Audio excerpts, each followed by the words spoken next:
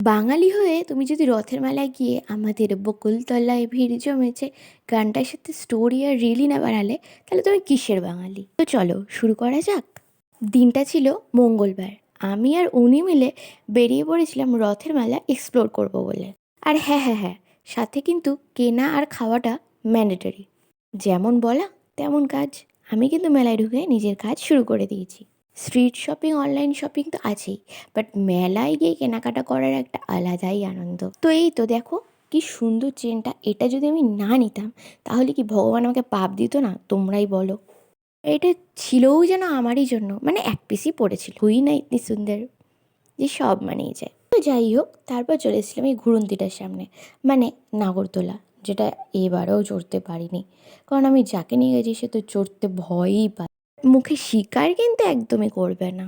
তোমরাও কারা কারা আছো যারা নাগরদোলা চড়তে ভালোবাসো, আর কারা কারা আছো ভয় পাও, আমাকে কিন্তু কমেন্টে জানিও।